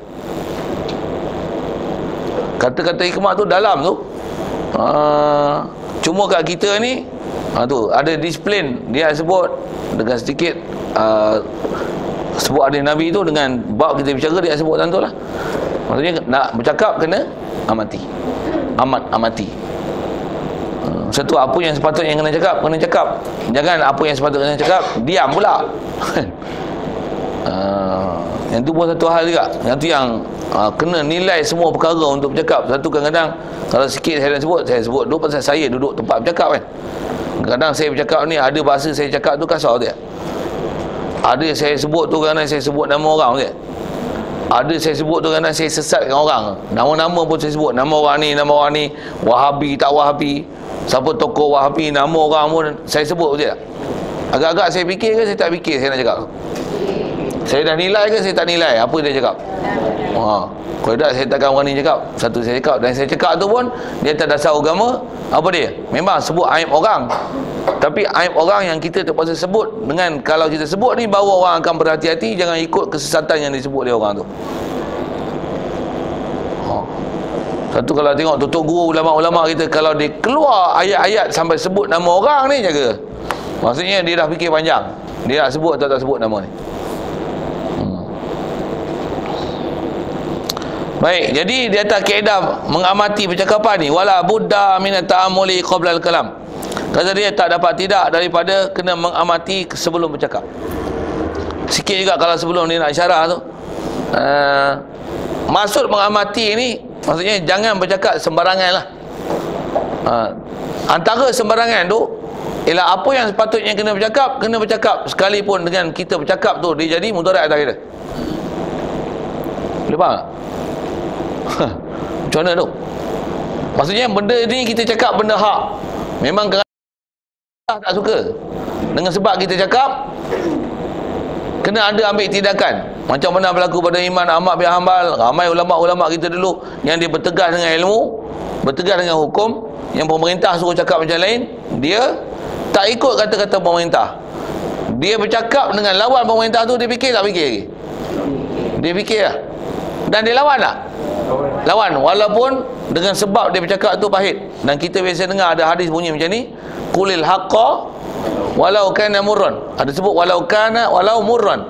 Kamu katakanlah kebenaran sekalipun mengatakan kebenaran tu pahit. Biasa dengar tak? Apa maksudnya? Maksudnya berfikir sebelum bercakap ni, bukanlah berfikir nanti cakap macam ni kena pindah pula, cakap macam ni kena tukar ke tempat lain pula. Tak maulah, diam lagi bagus. Itu silap. Jadi apa? Jadi terompah kayu, jadi setan bisu. Yang ni pun kena faham ya, prinsip bercakap. Jadi mudarat tak mudarat tu bukan mudarat nisbah kena tukar apa-apa, tapi mudarat tak mudarat tu nisbah apa yang ada dalam agama, hukum mudarat tak mudarat kita. Manfaat apa yang manfaat mengikut kaedah agama ajar kita. Memang kadang-kadang kita cakap benda hak, orang tak suka je, lantakkan orang tak suka. Yang penting Allah Ta'ala suka. Yang tu huraian masuk kata kena amati. Jangan kita sebut perkataan yang makhluk suka, orang suka, tapi Allah tak suka. Kita tak nak tu. Kita nak amati di atas poin ini. Jadi kalau kata kena mengamati percakapan ni, kita kena amati adakah Allah Ta'ala suka dan redha, dan dia perintahkan kita untuk bercakap perkara ni sekalipun makhluk tak suka. Kita kena amati di situ. Bukan amati mengikut apa selera nafsu kita. Kalau selera nafsu kita memang apa tempat yang sepatutnya kita kena bercakap, kadang-kadang kita tak mau cakap. Pasal apa? Nanti kita kena tukar, kita kena ni, kita kena boykot, kena ni, lantakkan tu. Pasal apa? Pasal yang penting kayu ukur kita adalah apa yang Allah Ta'ala suka untuk kita cakap. Itu tempat kayu ukur dia. Jadi jangan ikut nafsu. Kalau ikut nafsu, kalau ikut banyak benda kita diam. Yang pasal apa? Nanti kena pindah, tak boleh bangkang. Apa tak lagi, bos ni kadang-kadang dia cakap, ada kadang-kadang dia cakap benda tak betul tu ya. Kita pun nak bagi jaga hati dia macam mana? Boss is always right. Betul ke always right? Kena bangkang juga tak? Kalau salah, kata salah juga tak? Salah. Siapa punya ajaran boss is always right ni? Hadis Nabi ke? Yahudi ni punya style ni. Boss is always right. Kalau boss tu ialah orang Ta'ala, okey. Kalau boss tu ialah Rasulullah, okey. Kalau bos tu ialah bos takat cari makannya, no. Nak tengok right atau right, jangan kata bos. Mak bapak pun is not always right. Quran kata apa? Fa'in jahadaka ala an tusyrika bi ma laysa laka bihi ilmun fala tuti'huma. Ni perintah Al-Quran. Allah Ta'ala nasihat Luqmanul Hakim pada anak dia. Perintah pertama ialah sembah Allah Ta'ala, tauhidkan Allah Ta'ala, jangan sekutu Allah Ta'ala, dan buat baik pada mak bapak. Ada prinsip buat baik pada mak bapak tak? Ada kait, tak ada kait? Ada. Wa in jahada, jika dua orang mak bapak kamu ni dia menengkari kamu, dia berbantah dengan kamu, lawan dengan kamu, antu syirika bi, supaya engkau jadi syirik ke aku, ma laisa laka bihi ilm, yang kamu memang tak ada pengetahuan apa-apa untuk boleh nak syirik dengan Allah Ta'ala, mana boleh? Macam mana? Wala tuti'huma, jangan taat untuk jadi syirik tu. Macam mana pun mak bapak tak? Wa sahibhuma fid dunya ma'rufa, tapi macam mana pun bersahabatlah dengan kedua-dua dengan jalan baik. Walaupun dia cakap kasar macam mana, lemah lembut pasal dia mak bapak, masih ada hubungan mak bapak kita dengan dia. Tapi nisbah nak taat macam mana? No. Benda salah takkan boleh taat. La ta'ata li makhluqin fi ma'siyatil khaliq. Yang ni ialah beberapa sipir yang diajar. Terjemah sekali lalu tu, tidak ada ketaatan kepada makhluk pada maksiat dengan Allah Ta'ala. No. Jadi prinsip kita di atas manfaat tak manfaat ni, nak bercakap tak bercakap, kayu ukur dia ialah di atas mana kehendak Allah Ta'ala dan keredaan Allah Ta'ala. So hidup kita mesti dibina di atas mansya'i ilahi, qanun ilahi, mardiyati ilahi. Mestilah ikut kehendak Allah Ta'ala, hukum hakam Allah Ta'ala, keredaan Allah Ta'ala. Redha lain maksud Allah, itu bukan kerja kita. Yang ni yang kita nak belajar, nak kena ambil faham. Kalau nak bercakap pun di sini kita akan bercakap. Jadi kita nak mengamati pada percakapan, mengamati di atas sipir ini, bukan mengamati di atas kehendak nafsu kita. Kehendak nafsu kita macam mana? Memang kadang-kadang ada benda sepatutnya kena cakap, kita tak cakap. Saya ni sebab belajar ni, memang guru-guru yang saya duduk ngaji pondok ni, memang guru ni prinsip dia macam ni. Bahkan masa saya duduk sekolah kebangsaan lagi, antara yang sebab saya boleh pergi ngaji pondok ni pasal bertemu dengan guru-guru yang ajar macam ni cakaplah benda baik, benda yang benar, walaupun pahit, kulil haqqa walau murad, sekalipun dia pahit, cakap juga. Pergi sekolah zaman saya dulu kan, sekolah kebangsaan, campur lelaki perempuan kan, duduk orang perempuan keliling dia ialah lelaki, orang lelaki keliling dia ialah perempuan, betul tak? Jumpa dengan cikgu kelas. Kalau cikgu tu Islam, Melayu, lagi senang, tudung tak pakai, bancuh awak dulu. Cikgu ni kedebak cakap juga. Awak ni mulut awak ni sikit lah, dia kata. Mulut saya memang macam tu cikgu, tapi benda ni cikgu jawab, tengok saya diajar berani ni dulu lagi kan. Sebut agak, tapi kadang-kadang mana yang memang formal kena cakap tu kena cakap lah. Cikgu ni kena pakaian cikgu ni bahaya sikit lah, kami tengok tak senang hati, kena cakap. Tapi bukan senang nak cakap macam tu. Cikgu ni pakailah pakaian sopan sikit, cikgu tengok. Tapi dulu tu lah, dulu tak berani kan, sekarang lagi berani. Dulu tu cara sebagai pelajar dia lain sikit lah kan. Alah ni kata tahap orang tua nak umur 50 ni, lain. Sebut je nama-nama siapa nak sebut. Apa nak cerita ni? Nak cerita, katakan benar tu. Apa saya nak sebut lah. Sikit saya nak sebut zaman, pasal nak sebut kata pasal nisbah saya ngaji pondok, memang tok guru ini prinsip dia, apa yang benar kena cakap. Saya nak sebut masa zaman saya sekolah sikit, pasal ada pernah, pasal memang antara sebab saya boleh pergi mengaji apa ni, sebab pasal pernah masa sekolah dulu duk dengar ngaji ceramah apa, masa tu tak ngaji secara formal lah, ngaji agama ni, tapi antara prinsip yang diajar ialah bercakap kebenaran. Pernah ada masa tu tingkat 5 tak silap saya, buat perbincangan mengenai macam mana nak mengharmonikan masyarakat Malaysia. Dia buat perbincangan dalam kelas apa, ada grup di antara 5 apa-apa lah, adalah amal bahasa apa masa tu. Jadi diminta ada grouping buat grup tu. Lepas tu wakil setiap grup ni bercakap untuk menceritakan pandangan masing-masing macam mana nak mengharmonikan, nak menyelesaikan isu-isu kemalaysiaan ni, sosial ke apa ke, bagi pandangan. Orang bercakap lah, cara dia orang lah, gelebak-gelebuk. Saya bercakap sebagai, masa tu kepiah atas kepala saya. Dah pakai kepiah sekolah kebangsaan. Tempat lagi saya pakai kepiah. Apa saya nak sebut? Naik bercakap. Perkataan saya apa? Antara yang saya ingat lagi, saya sebut apa, sampai cikgu naik marah kan, cikgu buat ulasan selepas saya bagi ucapan. Saya kata untuk memulihkan masyarakat ni, bukan saja di Malaysia, bahkan di seluruh dunia, pastinya kita kena berpegang dengan agama Samawi. Agama Samawi ini apa dia? Dia ialah agama yang datang daripada langit, yang datang melalui Nabi dan Rasul yang Allah Ta'ala sampaikan kepada Jibril alaihissalam. Ini sajalah jalan penyelesaian seluruh umat. Back to Quran, then you be success. Cakap macam tu je. Sagi cikgu naik mentas, kita bercakap ni ya, kita mestilah bagi pandangan berdasarkan pendapat orang ramai, bukan pendapat hanya individu dan bercakap dengan persoalan agama. Kita dengar lantang kau dah kata apa, jadi aku dah sebut apa yang sepatutnya aku sebut. Lepas tu saya kat sekolah tu memang kena cok lah kan. Cok tu, cok kelahi dengan pengurusan sekolah kan. Pasal waktu sekolah pun kadang waktu masa terkadang dua lagi, masa tu duk sembahyang, nak sembahyang apa, sekolah ada sesi pagi, sesi petang. Kadang katalah masuk sekolah pukul 12.30, kadang pukul 1 tu masuk lah tu, ada kelas ni. Kadang waktu zuhur tak masuk lagi, jadi masa bila nak sembahyangnya? Asam 4.30, untuk bukan asam 4.30, rehat 4.30 nanti, masuk pukul 1 katalah itu. Kalau kata tak sembahyang zuhur tu 4.30, katalah 4.35 masuk asar, bila nak sembahyang zuhur? Ada cikgu-cikgu yang memang prihatin.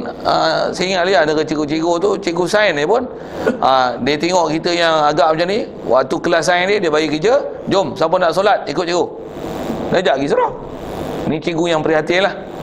Tapi dia nak bersuara tak berani juga, dia suruh saya lah bersuara. Jadi apa dia, assembly tak pergi lah tengah hari. Kira lah Isnin ke Selasa ke, hari-hari ada perhimpunan, pakai tie ke lantak kau lah.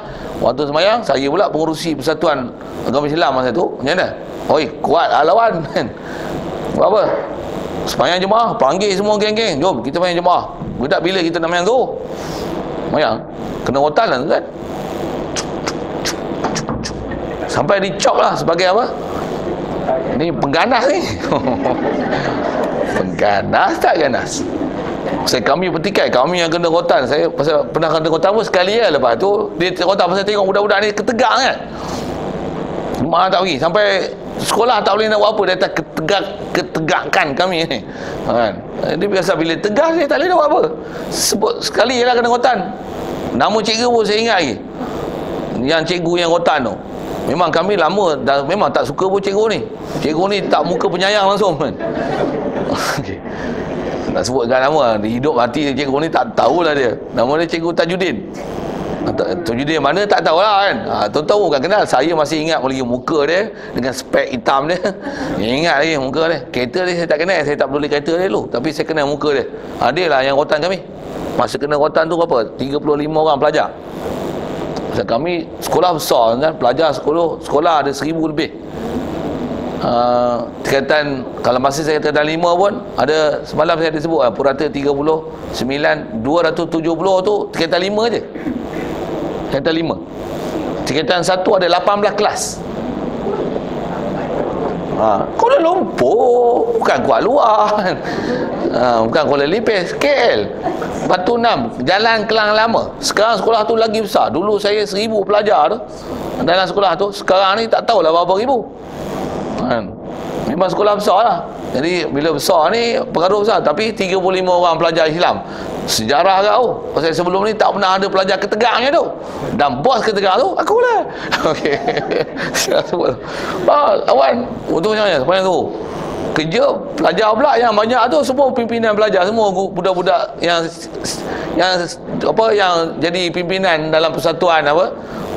Cikgu nak buat tindakan pun bermasalah tak? Dia kata susah tak? Habis-habis lepas je lah. Ni nak sembahyang, nak solat je pun. Terpaksa macam bagi satu kelonggaran untuk kami. Tapi pasal apa tu? Saya tegah. Berani. Satu, saya berani sejak dari dulu Berani ni tak tahulah, ada orang Ta'ala bagi saya berani ni daripada saya kecil. Sikit saya kecil lah, tapi masa tu bodoh-bodoh. Zaman saya sekolah rendah, kalau ada perhimpunan apa-apa budak darjah 1, saya KL PJ ni, sikit cerita background sikit Saya nak cerita berani tu kan, nak cerita berani tu. Pasal orang Ta'ala dah lahirkan saya nak jadi berani nak buat macam mana, ikut je lah, cerita sikit pengalaman. Tolong share kat tuan-tuan. Nak pakai ambil iktibarun, tak pakai pun punya pasal lah, saja nak cerita lagi. Orang Ta'ala dah bagi saya satu keberanian apa dia, boleh duduk depan orang ramai dan bercakap. Saya pun tak tahu pasal apa saya berani, saya tak tahu. Darjah 2. Kalau dalam kelas tu, lepas cikgu ajar, suara saya pun deras macam ni ya. Memang daripada kecil pun suara deras. Budak-budak ada yang main-main apa, okey, dia panggil saya, Ahmad, come here. Sekolah Putih, Rotten Boys School. Dia tulis kat papan hitam ni. Sehari dia suruh saya baca, suruh budak ikut. Cikgu pusing kelas. Ni dia pusing telinga, ni dulu punya style lah. Saya buat lah. Tengok antara yang saya masih ingat, apa yang ditulis papan hitam, apa yang disuruh saya baca. Okey. Tak adalah style guru kan, tak adalah boys follow me, saya tak sebut lagi tu kan. Tapi saya tunjuk lah. Cikgu ajar suruh sebut, tunjuk dan sebut. You point it and say it to class.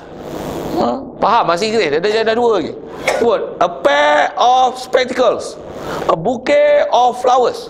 Saya boleh sebut masa darjah 2 lagi. Satu sampai lah ni ingat. Dah tua nak mampu ni ingat Putih. Buang apa-apa sebut dalam kelas. Kalau kena panggil duduk depan saya. Bila ada apa-apa majlis ke, nak buat majlis sekolah apa-apa ke, kalau kena bahasa Inggeris ke bahasa Malaysia, saya dah kena pula tu. Saya 2 bodoh lagi, pakai seluar pendek lagi lah masa tu. Choir pun kena panggil juga, pasal suara pun kecil-kecil sedap kan lah, tapi dah tua ni tak sedap suara. Apa saya nak sebut ya, kalau menyanyi pun menyanyi lah, nyanyi orang Putih lah. Antaranya kalau ada persembahan bahasa Malaysia ke, bahasa-bahasa ke, kena sebut lagu-lagu ke apa, kena pergi duduk depan. 10 budak hitam main tepi jalan, satu kena langgar, mampu apa tinggal 9. Saya duduk kepala depan, duduk cerita. Nak kata daripada kecil dah biasa duduk depan. Sikit lah nak sebut tu. Tapi itulah, duduk depan cerita dah apa benda. Dah belakang ni pandai reti, gunakan keberanian tu nak cerita benda tu. Okey. Cuma mana boleh cerita situ, lajak tu cerita tu. Asal cerita nak sebut benda yang hak mesti sebut. Dan kita punya kayu ukur mestilah mengikut apa mansyair lah, apa kehendak orang Ta'ala. Situ kita kena kayu ukur. Satu, apa yang kena cakap. So apa yang saya nak sebut ni, kalau nisbah program tuan-tuan ke depan, kami di pondok hari Sabtu akan datang ni, akan ada Kementerian Kesihatan punya. Dia orang dah delay beberapa kali tarikh dia kata minggu kedua bulan 8 ni dia akan datang, hari Sabtu akan datang, Sabtu depan lah, untuk buat satu penjelasan kepada kami pelajar-pelajar pondok, pasal banyak warga pondok ni dengan anak-anak mereka, dengan isteri dia yang tak mau beri suntikan vaksin. Fatwa ada kata wajib apa tu, malam pun saya ada sebut sekali lalu. Dia orang nak bagi penjelasan kat kami, kalau non kami ni macam tak reti lah kebaikan vaksin tu apa. Dia nak panggil, pasal antara ketua bercakap dia selalu saya lah. Nak cerita apa tu, nisbah nak katakan yang hak tu, cakap lah. Saya dulu orang rumah saya tak berani nak bercakap lah, ni berani kat dia pun. Selalu dia main belakang, dia komplain kat saya, saya kata cakap lah kat doktor. Dia kata kerana ada dia marah dengan misi lah apa-apa lah, cakap lah, kata saja bagi rangsangan sikit kat dia. Lah ni berani tak bercakap. Apa nak cerita pasti nak cerita tentang bercakap lah. Jadi kalau benda yang tak betul, kena kata lah tak betul. Vaksin wajib ke? Kalau saya duduk cerita selalu, vaksin ni kalau wajib, vaksin ni tak sakit, bubuh ubat, nak jaga bagi tak sakit. Kalau yang tu wajib. Kalau sekarang demam, wajib nak makan ubat? Tak wajib pula. Kalau vaksin wajib, demam makan ubat, bapak wajib. Boleh faham tak saya bapak? Jadi betul tak ayat vaksin ni wajib? Tak betul. Pasal duk demam pun wajib tak makan ubat? Tak wajib. Tak makan bukan berdosa. Yang wajib sabar, sunat berubat. Ada orang demam pun tak makan ubat, tambah jenis tak boleh telan ubat, ditelan air yang masuk, ubat keluar. Okay. Bukan wajib dia makan ubat. Ada yang jenis demam je, selimut je, berpeluh je, air lah. Wajib ke makan ubat? Okey, berdosa tak makan ubat? Kalau demam makan ubat pun tak berdosa, tak makan ubat pun tak berdosa, vaksin berdosa tak? Tak suntik. Betul dia orang kata wajib. Wajib ni wajib apa? Kena macam ni. Wajib kerajaan. Bukan wajib mencegah. Wajib kerajaan. Bukan wajib syarak. Wajib kerajaan. Wajib mencegah. Tak ikhtiar. Dia benda tak sakit lagi. Macam mana nak sebut? Pasal kaedah, pasal saya sebut ni pasal dia benda berkaitan bab syarak. Kau nak mengatakan wajib, benda tak wajib ni satu kesalahan. Dia kata, Mujakim kata, tu yang kami kelahi, kami tak mau yang low profile punya orang datang. Mari hak cerdik sikit. Pasal nak kelahi ni pondok tak? Saya pun ada sahabat saya baru ni dipanggil kat mana? Lokman. Dia cerita orang ni ada penyelia daripada, bukan penyelia, PTA, Pegawai Tabir Agama Gerik. Pasal antara yang dipanggil tu guru-guru apa yang kaunseling, bagi unit kaunseling bimbingan keluarga Islam apa ni. Jadi belah-belah Gerik sana tak ada, jadi dia panggil PTA. PTA tu memang kenal saya. Bagi satu taklimat dekat Ipoh ni mengenai vaksin ni lah. Pasal nak bagi kata wajib supaya orang Islam ni jangan jadi fobia untuk menerima kewajipan itu. Jadi antara yang instrumen yang dipakai untuk menjadikan wajib yang boleh masyarakat terima ialah Jabatan Agama, Jabatan Agama. Jadi panggil tu ada doktor apa-apa lah yang memang dalam bahagian tu cerita, ada doktor India, ada doktor Islam, tapi pakar kepala pada masa dia buat perjumpaan minggu lepas dengan Pegawai Tabir Agama Perak punya ni, adalah ketua doktor tu India lah. Jadi tujuan dia apa? Nak bagi cerita kat orang Islam supaya jangan menolak hukum wajibnya vaksin. Jadi antara yang ada tu PTA agree lah. Dia memang kenal saya. Jadi bila disebut wajib macam ni ni, nama PTA tu Ustaz Sufian. Dia kata apa? Untuk kata wajib ni memang ustaz ni lemah lembut. Dia tak cakap macam saya lah. Kalau saya masuk tu saya tepuk meja. Dia cakap lemah lembut. Dia kata apa? Untuk mengatakan wajib ni bukan satu perkara yang senang. Pasal kita orang Islam, kita ada satu disiplin ilmu. Kalau nak kata wajib pun kata dia macam ni. Ada tak negara-negara yang tak mengenakan suntikan vaksin, padahal dia ialah negara yang mengeluarkan ubat yang kita beli pada dia? Ada tak? Ada. Kalau gitu tak bolehlah kata wajib. Orang putih pun tak suntik, takkan nak kata orang Islam wajib?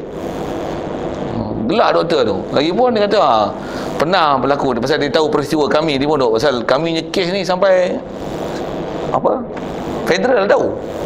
Pasal kes besar, istilahnya kelompok besar dengan anak yang ramai lah. Saya baru 8. Yang lain-lain tu ada yang 8, ada yang 9, ada 7, 6. Besar tu kalau kira-kira jumlah kat 100 bayi yang tak disuntik. Pula tu dalam kelompok yang kecil tapi ramai tak mau suntik. Dia sampai pada lalu.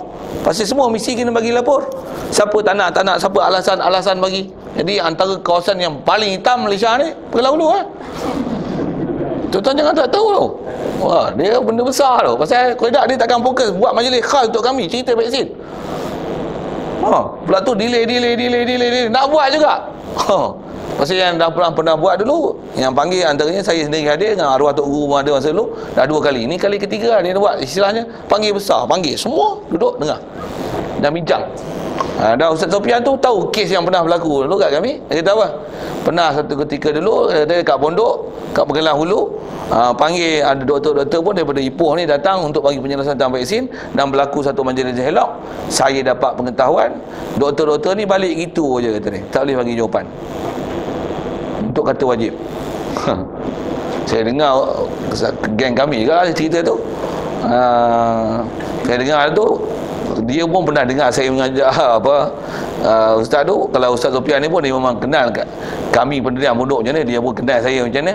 Nak sebut kata itu pendirian orang yang mengaji dan faham tentang masalah vaksin ni. Nak kata wajib ni lah bukan satu benda yang senang. Saya nak sebut apa? Walaupun dasar kerajaan kata wajib, macam mana? Tak wajib, jangan kata wajib. Satu kesalahan. Hatta kalau mufti kata wajib pun, ni mufti kerajaan lantikan untuk merealisasikan program kerajaan aja. Dia bukan mufti yang ta'amul qabla kalam. Bila dia cakap itu nampak bodoh dia ni. nampak ni mufti apa? Mufti umat ke mufti kerajaan? Kalau mufti umat, mufti yang betul-betul ikut hukum, dia akan cukup cakap hukum walaupun kerajaan tak suka. Dan dia sanggup kena berhenti jadi mufti walaupun dengan sebab hukum yang dia kata macam tu pasal tak ikut kerajaan. Yang ni baru mufti betul. Kalau mufti yang mufti Yasmin masalah tu. Tu lah nak berhati sikit. Saya cerita semua-semua tu nak menunjukkan ketegasan bercakap yang memang sebelum nak bercakap kena ta'amul. Dan ta'amul tu pasal apa? Apa yang hak kena cakap, kena cakap. Walaupun kita dapat mudarat, sekalipun dapat satu label, apa dia? Tak mesra dengan program-program kesihatan kerajaan. Sampai di label tak? Apa? Istilahnya apa? Tidak prihatin kepada kesihatan anak-anak. Macam benda macam tu dah di label kami. Macam kami ni tak tahu nak jaga kesihatan anak-anak. Macam bodoh pula dengan kesihatan. Tu yang dicakap-cakap tu, dia ingat kami ni macam low label, tak ada SPM, tak ada STP kot kan. Dia ingat kami ni bodoh-bodoh punya orang. Saya cakap istilah sains kat dia, tengah-tengah dia. Ni pun kawan-kawan saya pun ada kan. Sebut bab vaksin ni, ada istilah vaksin macam ni, bunyi ada selang-seli Inggeris sikit pula kan. Dia tengok, pandai juga bahasa Inggeris. Ingat saya bodoh, saya pun sekolah kebangsaan juga dulu. Ada bubuh ayat itu ya. Apa tu yang diorang balik dan tu arah tu. Pasal nak jawab tak boleh. Bila dia cakap cara dia, kita balas dengan isu agama, dia tak boleh nak jawab. Dia kata saya tak boleh jawab soalan ni pasal saya tak pakar dalam agama. Kalau tak pakar dalam agama, kami kerti agama, kami nak kata tak wajib. Kalau benda tu suci dan bersih sekalipun, banyak-banyak benda lah dia bersoal. Pastikan bersih dulu. Bersih tak bersih? Jawab. Bagi terang, kami nak hitam putih sekarang. Bersih tak bersih? Buat masa ni payah-payah buat masa ni. Buat apa? Bersih tak bersih? Tu yang dibalik itu saja tu. Tegas yang orang ni. Kami benda tu isu agama, bukan benda bodoh. Jawab tu. Macam mana pun saya nak kata begini, buat masa ni kami pun tak dapat memberikan satu keputusan yang pasti sebenarnya dia lah bersih ataupun tidak. Yang tu dah. Mula tu saya kata macam ni, baiklah dia dah jawab macam-macam benda. Kata kalau katalah memang bersih mengikut enactment, jawab mengikut enactment, tolong kalau kami tak mau, walaupun sudah pastinya bersih, tak ada unsur najis apa sekalipun, cocok, kami tak mau cocok, salah tak? Saya nak jawab mengikut enactment. Itu pilihan nak suntik ataupun tidak. Panggil kami buat apa? Saya itu yang dia balik saja tu. Boleh faham saya cakap apa? Bila kita tekan sikit, dia orang duk sibuk-sibuk buat label dekat kami ni macam-macam. Tapi bila dia sendiri yang buat keputusan tak wajib, jadi tak wajib, kami tak mau suntik, apa masalah? No problem at all. Mula go back to your hell lah. Okay, kasar saya punya perangai macam tu lah. Baik. Jadi wala budda min ta'amul qabla kalam hatta yakuna sawaban, sehingga kata dia adalah percakapan tu betul. Okey, yang ni satu tanggungjawab kita. Satu, nisbah ilmu mesti mantap. Bab fiqh satu hal, bab akidah pun sama lah. Satu, kalau saya sendiri lah, kadang-kadang memang saya punya penyampaian ni kata-kata tu kasar sikit, sampai boleh label orang dan boleh cop, kata sesat tak sesat, sampai ada orang tak selesa dengan bahasa saya. Kalau orang dah sesat, sampai ada orang kata, Ustaz nak kata orang sesat ni, Ustaz tahu tak ada hadis yang kata kalau Ustaz kata orang sesat, nanti tengok tak sesat orang tu, sesat tu balik kat Ustaz. Saya kata kat dia, ingat saya tak tahu ke hadis tu. Saya nak kata macam ni pula. Kalau encik nak kata macam tu, baik saya nak kata macam ni pula. Kalau orang tu memang sesat, encik tak kata orang tu sesat, sedangkan orang tu sesat, encik kata tak sesat, siapa sesat? Yang ni ketegasan akidah. Saya sebut tu pasal saya tahu sesat tak sesat. Dia tak puas hati pasal saya kata salah, kata orang Ta'ala di arah ni. Kata dia, Ustaz yang ni ada khilaf ni. Siapa kata khilaf? Siapa kata khilaf? Ramai Ustaz kata dia.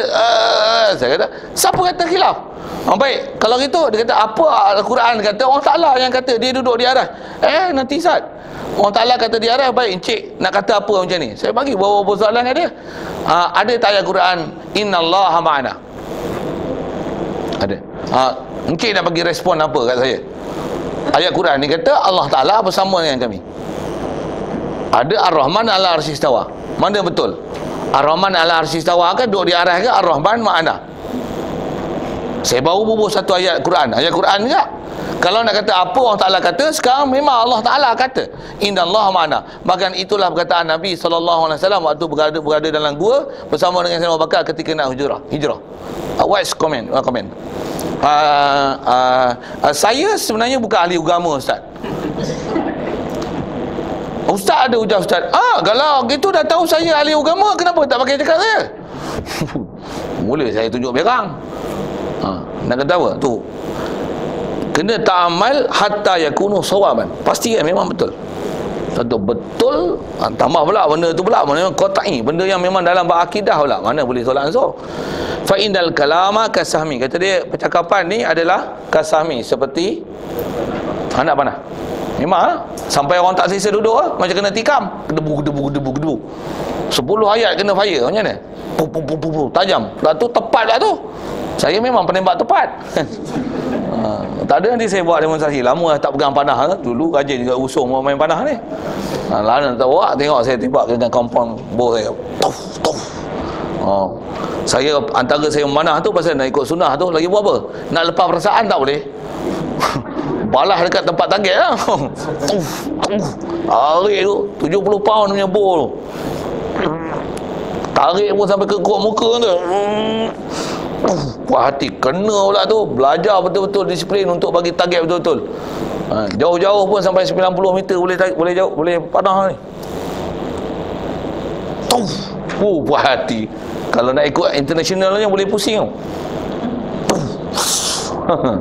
Bagi gerak sini sikit kan. Memang I'm an archer, you know. Boleh compound bow pun boleh, nak recurve bow pun boleh, traditional bow pun boleh. Which one you want? I use it. Apa cerita gerak. Nak lepas perasaan dekat orang tak boleh, lepas tu. Final kalam. Dia macam sahmi, dah sebut tu. Memang perkataan yang tajam, tegas, memang betul-betul macam anak panah. Memang dia boleh bunuh orang, tak boleh lukakan orang. Dan saya lebih terluka bila dia cakap benda-benda yang salah dalam akidah. Itu lebih melukakan saya. Saya nak lukakan dia balik. Kalau boleh lukakan lidah dia yang bercakap tu. Tiba bagi. Jadi fala budda min taqwimihi bitamuli qabla al-kalami hatta yakuna musiban. Kata dia, maka tak dapat tidak daripada taqwimihi, mengukuhkan dia kalam. Untuk bercakap ni mesti kukuhkan dia bitamul, dengan mengamati qabla al-kalam, sebelum bercakap, hatta yakuna musiban, sehingga jadilah ia kalam ni musiban, betul, bahasa mudah, benar, betul, tepat. Dan bila tepat, ada orang boleh kelahi tak? Nobody can deny. Kalau ada orang kata khilaf pun, kita boleh tunjukkan ni bukan khilaf, ni silap faham. Kita boleh tunjuk satu. Tapi tu yang mesti ta'amul qabla kalam. Bila ta'amul ni, sebelum ta'amul apa ilmu yang ada, nas ada, kitab pun kita dah tengok dah, mengaji pun tok guru dah sebut dah, kita pun jumpa tok guru yang pakar-pakar. Ni, this is our decision, this is my decision, not mine only, this is our decision. Bukan saya seorang cakap macam ni. Siapa yang memang satu pahaman, aliran dan seguruan yang macam saya punya style, mesti akan bercakap macam mana saya bercakap. Pasal ada orang kata ustaz seorang yang bercakap macam ni. Cakap baik-baik je. Kalau kata saya seorang, saya takkan berani yang cakap macam ni. Tahu tak siapa punya backup file belakang saya? Kalau saya tunjuk kitab kau, encik tak kata nak tengok kitab lah nanti. Sebut dulu. Encik pandai tengok kitab yang tak ada baris. Saya bukan ahli ilmu ustaz. Okey, bukan ahli ilmu, diam. Nanti saya pertemukan ustaz untuk bagi berdebat dengan ni. Silakan. Saya kata. Dia nak atur saya bertemu dengan orang yang masyhur-masyhur di Malaysia adalah yang kepala otak W tu. Saya kata silakan, saya tak takut langsung. Cuma encik fikirlah, saya yang low standard ni, low profile ni, tak ada siapa pun kenal, encik nak bertemu kan dengan orang macam tu, agak-agak mau ke demo nak bercakap dengan saya? Kalau nak buat, saya tak ada gentar sikit pun. Sampai lah ni saya tunggu panggilan dia, tak ada apa-apa pun. Saya dah berapa orang, 2-3 orang tu nak atur saya bertemu dengan popok tu lah, Rora dengan Mazhar tu kan. Tak jadi-jadi pun. Wa qala fi usul fiqh. Siap. Tak panjang tak baca ni main syarah gitu. Asal kita nak bicara adalah kena ajar satu prinsip kita, dengan ilmu ni mesti ambil mantap. Tu lagi mantap tu mesti sangat kemas, dan kita takkan bercakap melainkan benda yang benar dan memang betul. Dan untuk bercakap dan keluarkan apa-apa perkataan tu mesti perhati, amati, tilik, betul, tepat cakap. Sekalipun kita kena akibat dia daripada percakapan tu di atas benarnya percakapan kita. Itu Rasulullah sebut benar, kena boikot tak? Asalnya Al-Amin orang gelar dia. Lepas tu macam mana? Sahir. Lepas tu Majnun. Semua kena. Tukang sihir. Lagi gila. Apa? Yang ni nakkan pemerintah, gila perempuan, nak pangkat, macam-macam orang kata. Tapi tengok Rasulullah macam mana? Dia bukan orang macam tu. Boleh tengok diri dia dengan mata kepala, boleh tengok. Tengok lah. Saya apa saya nak pangkat, nak populariti. Apa popular saya dapat? Yang dia orang memang nak popular. Okey. Sikitlah macam tu. Wallahu a'lam. InsyaAllah sama. Wa qala fi usul al-fiqh wa hadha aslun kabir. Bismillahirrahmanirrahim. Allahumma nawwir qulubana min nuri hidayatika kama nawwartal arda min nuri syamsika wa nawwir bi rahmatika ya arhamar rahimin warzuqna fahman nabiyyin wa hifdzal mursalin wa ilhamal malaikatil muqarrabin wa sallim tasliman ala jamil anbiya'i wal mursalin walhamdulillahi rabbil alamin. Assalamualaikum warahmatullahi wabarakatuh.